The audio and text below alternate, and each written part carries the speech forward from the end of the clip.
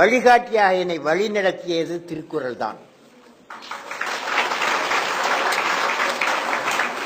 எனக்கு பிடித்த ஒரு திருக்குறள் என் வாழ்விற்கு வளம் கெடுத்தது. அதை கேளுங்கள்.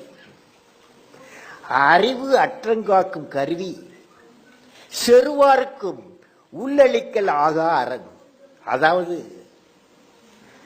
அறிவு என்பது அழிவு வராமல் காக்கும் கருவியாகும். மேலும் பகைவராலும் அழிக்க முடியாத உள்ளரணும் கோட்டையாகும், போர்ட்டாகும். எத்தகைய சூழ்நிலையிலும் அரண் போல், அதாவது கோட்டை போல் நின்று நம்மை காக்கும் என்பதாகும் அறிவு. எனவே அறிவாற்றலை வளர்த்து கொண்டால் நம் வாழ்வு வளமாகும். அதன் மூலம் நாமும் வீடும் வளம் பெறும், நம் வாழும் நாடும் வளம் பெறும், வாழும் நாடும் வளம் பெறும். புரியுதா?